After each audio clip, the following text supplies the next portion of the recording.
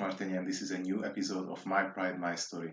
My guest today is Thomas Wucherer, Mr. Fetish Austria 2017, and we're going to talk about his coming out and why he traveled the whole world to find love and come back to his home country. Thomas, my first question is, where did you grow up in Austria? I grew up in the south of Austria, like 20 minutes away from the border to Italy. So really close to Italy, like always. And how was with your family? Did you grow up in an open-minded family, or you would rather say a very conservative family? Today I would say a little bit open, a little bit, yeah. But at this time when I was growing up, it's like it was, first of all, it was not on my mind. But you also have to think, it's like my dad has nine siblings, so they're altogether 9. All of them has 3 kids, so we were a huge family. And as far as I know, I'm still the only rainbow sheep. And it's about 300. I have about 60, 70 cousins. So, but it was for me. This was for me like not really on the radar. I didn't even think about it. But by maybe 18, 19 was the first time I started thinking about it. But I came out with 24.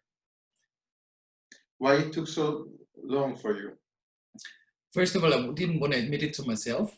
For me, it was always like I knew there was something different, but I've never had thoughts like with my school colleagues or with all my friends or stuff, when we were hanging out all the time from ground school on till I was like 17, 18. But I've never thought about the fact that having something with one of my friends, or never came to my mind. Even when I was at the military, I didn't even think about it. I always thought, okay, there is something. And when we showered or something, when with my colleagues or something, I was always watching, of course, but I've never really made the attention or didn't really think about that way. And then how does the feeling awaken you? I mean, I knew always there was something, and but I had an accident when I was 24. What actually could have cost my life, or actually did actually cost my life, because I came back. So I jumped in a lake and broke my neck. And I was like, it was a lucky story because I had no operation. I was only 60 days in the hospital, paralyzed for 3 days. And after 1 week, I could walk again. After 2.5 weeks, I could eat by myself again. And after that, I was at home. And then I was 1.5 years at home. And I think that half year sitting at home and really just not allowed to able to work, not to do anything, because otherwise, if you fall again, your neck is broken again. So you have to be careful what you're doing. I wasn't really that careful, but it was that half year staying at home what brought me to a different thinking, that there is something needs to be changing now. And I think that was more the thing that I said, well, this is what it is, and I'm gonna stand for that. But it was also my first working day back after a half year working. What was the day when I decided everything needs to change. You decided, okay, I can't go on like this. I want to make a change.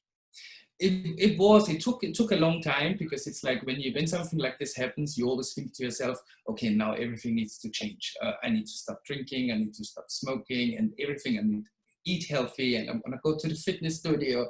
Nothing changed unless you change yourself. And that took me really almost 2 years to realize that.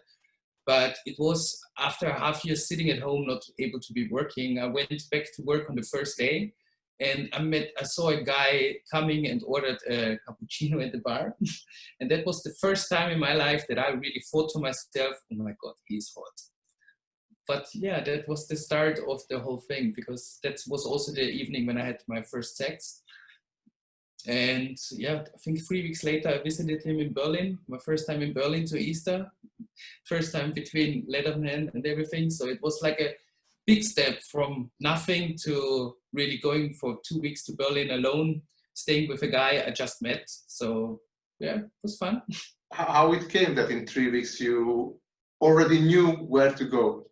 I have no idea. It's like he was a customer in my hotel. So he was from Austria, but he lived for 10 years or something already in Berlin.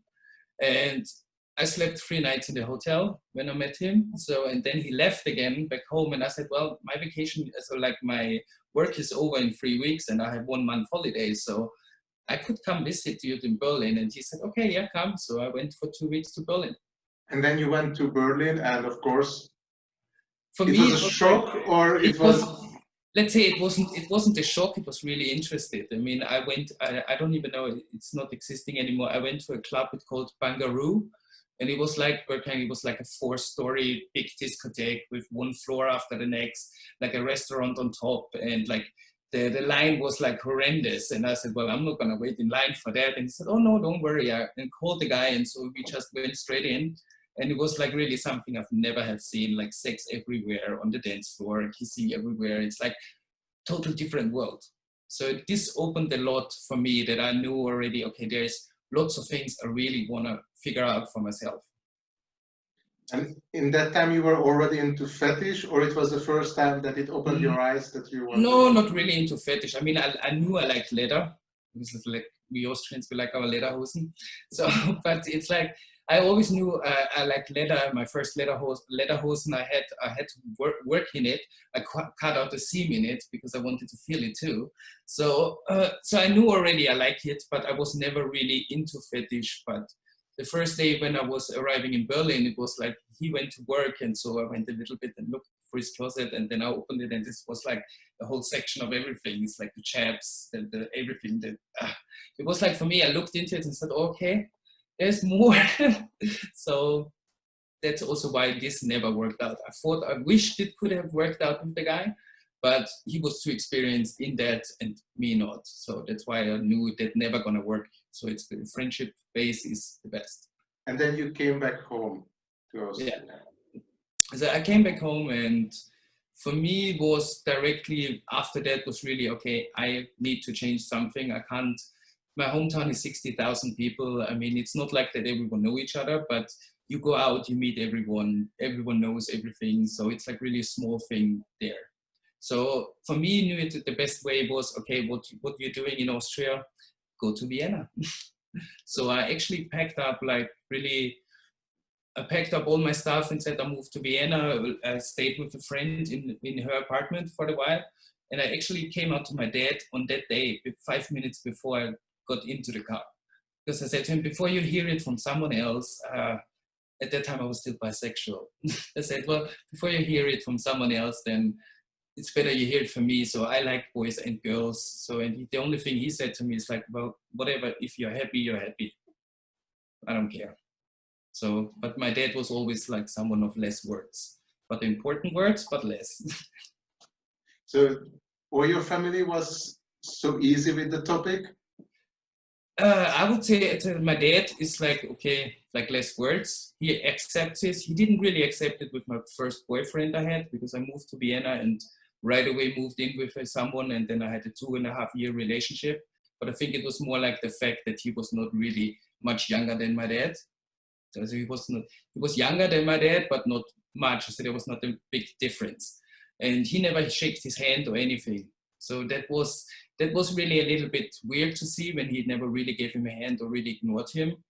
But everyone else was like, let's say, in my face accepting and okay with it.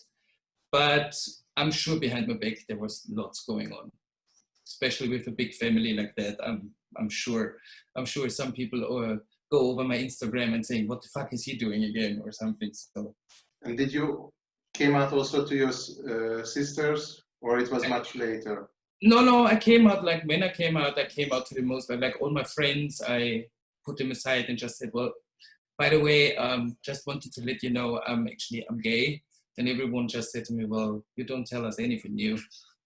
That was the most reaction of the people. I only lost one friend who really broke up the contact totally, but I also was sleeping a half year on his couch. And so I think he had a little bit of problem with that, but he apologized 1 year later. He said, really, I'm really so sorry how I reacted about it and how stupid I was, but it took me a while to really go on with it.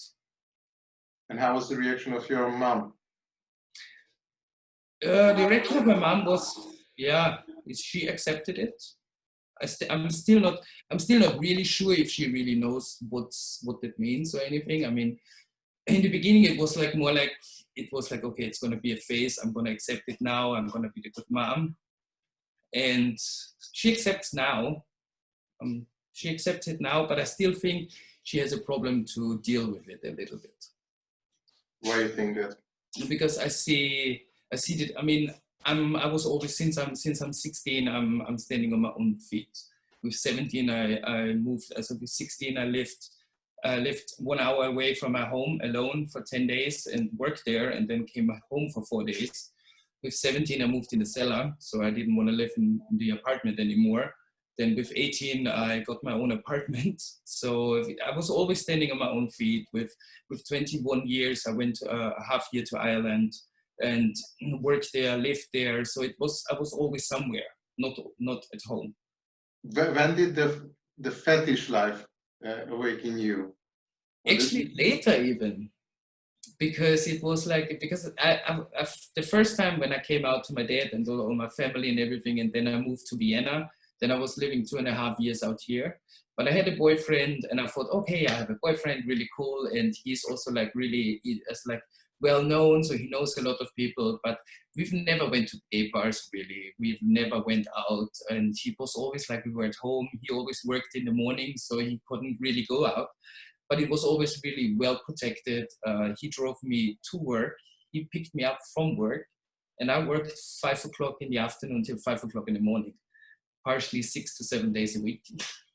So I worked a lot, and it's like after I quit that job because of lots of troubles, I had 2 new jobs, what were really, really good jobs here in Vienna, like really well-known names and everything. And he even said to me, he said, well, if you take one of those jobs, I'm not going to do that anymore, what I did with you before. So you can pack your bags and go. So that's why I didn't work for 1 year, but he paid all the bills.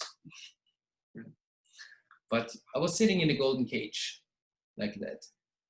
And it took long to get out of this. But this was pride, actually. Your life changed because you didn't stop in Ireland. You went further. Yeah, so I went, so I got out of this relationship, and I sued one of my workers for 500 euros, what got really long because it was 2 years of suing someone for actually nothing. But I got a lot of money of that. And then I was standing there and I was thinking, what am I going to do? I have a lot of money now. So one goal was always, when I was 18, I wanted to go to Australia. Again, when I say go far away, far away, but no one knows here. But Australia was always on the radar. And friends of mine told me they are living in the Caymans. And if I should try to check it out and come to the Caymans. And actually 2004, after Ireland, I wanted to go to the Caymans, but there was a hurricane going over it, so it was closed for 1 year, so you couldn't. And I didn't even think of it anymore. But they told me, come to the Caymans, make vacation here and check it out, get a job. And that's what I did, actually. And then in the island, something else happened, no? Yeah, I met my husband on Scruff. There are not really many people on the gay apps, or because there are no gay, when I moved there are no gay bars. You still went to jail when you were kissing on the beach or something, so they could throw you in jail. So it was like really not the kind of island you want to be. But for me, it was the point, it's like after 2.5 years in a relationship, I wanted to clear my head and say, hey, go somewhere else where no one knows you and just think what's coming next and see where this takes you. And it was really crazy because I was there and I was actually in the house where I lived in with my friends, was 500 meters away from his house where he lived. And I sent him messages on Scruff and everything. I said, I didn't want to have a boyfriend anyway, but he was interesting. I don't know why.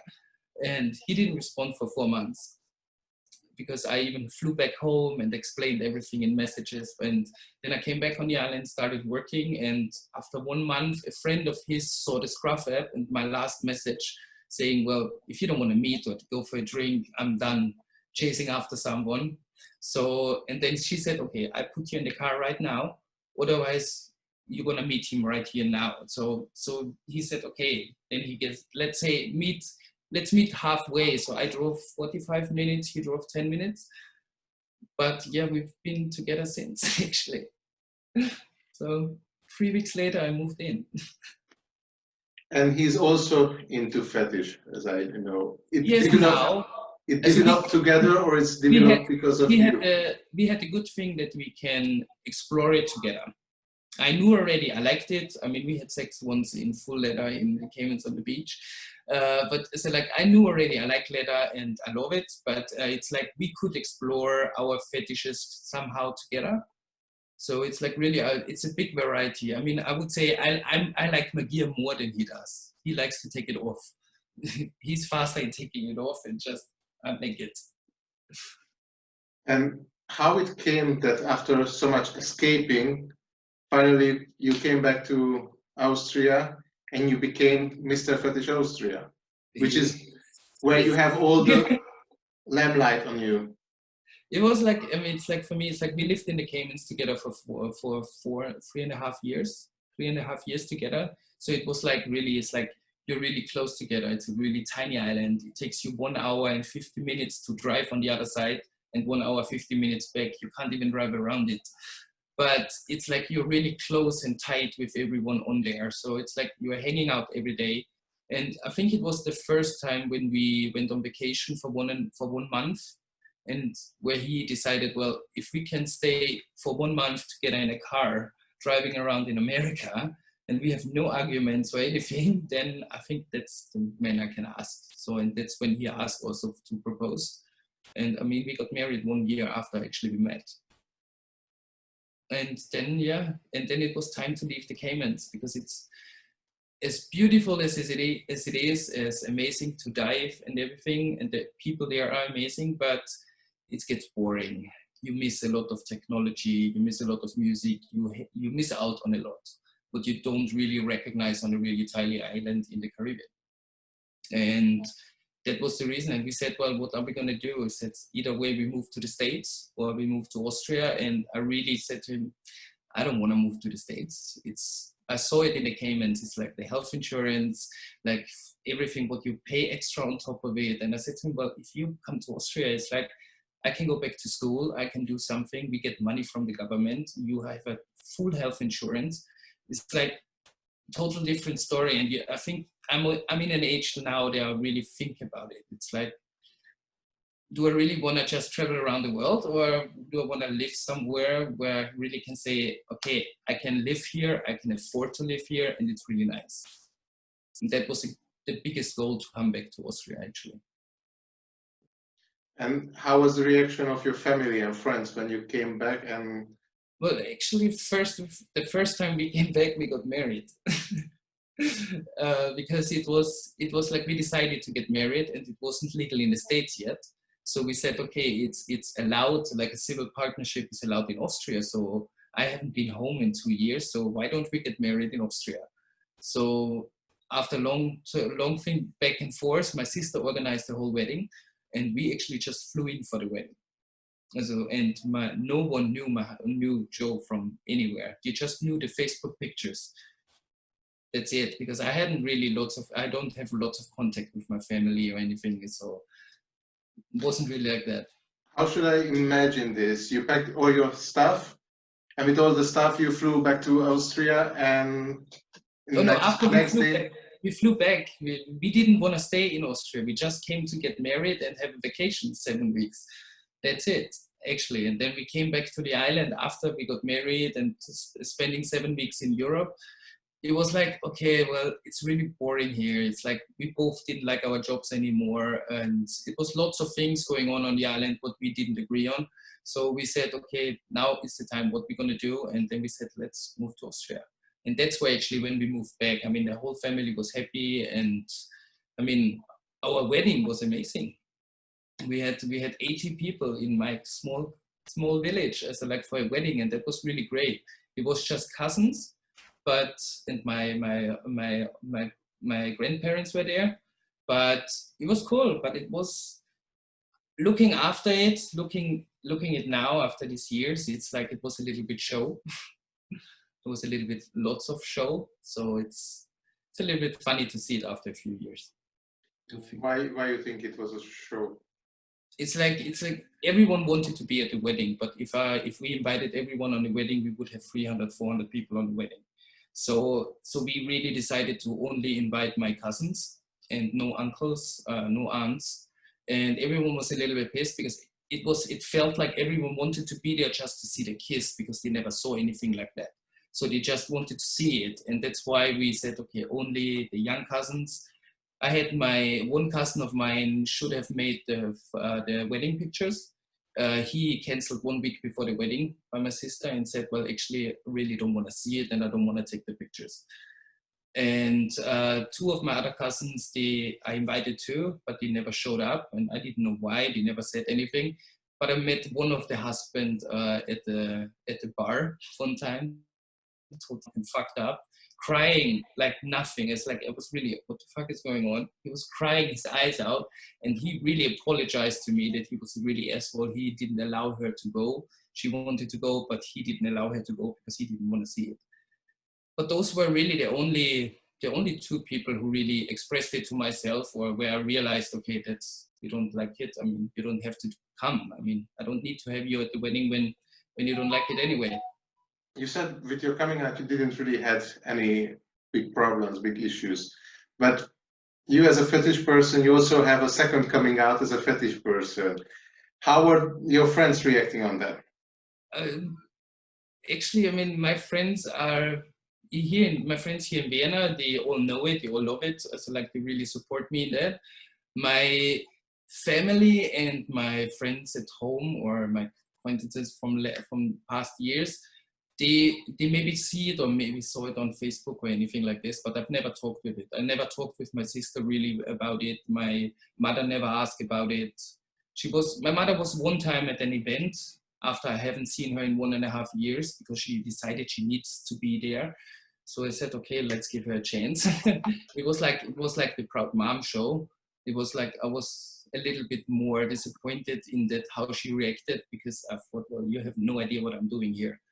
But for me, it's not really important what they think, actually, because I did the whole thing. I did for myself, actually, really for myself, to change some habits what I have, because I knew already. It's like when I saw Gernot running, and I had a lot to do with Gernot, with the pre-Mr. Letter, and we really hang out a lot, and I really liked what he was doing, and like the supporting some like Chechnya and everything else, and it inspired me. And then the first time when he said, well, let's come to Antwerp with us. So, and that was actually, Antwerp was the point where I decided I want to run, because it was like Jeff Tucker, I don't know why it was Jeff Tucker, but he had a speech, and he talked about how different European and Americans are in their fetish community, and how welcoming the Europeans are, and so like, it was really inspiring. And that was the point where I decided, okay, I think I'm gonna run for Mr. Leather Austria. And what did you want it to change? What were your plans for your year? For me, it was like in the beginning, for me, it was always like, there was already the talk about the marriage equality, what we got actually. So like, I got elected, and then a couple months later, they put it through. So I did it.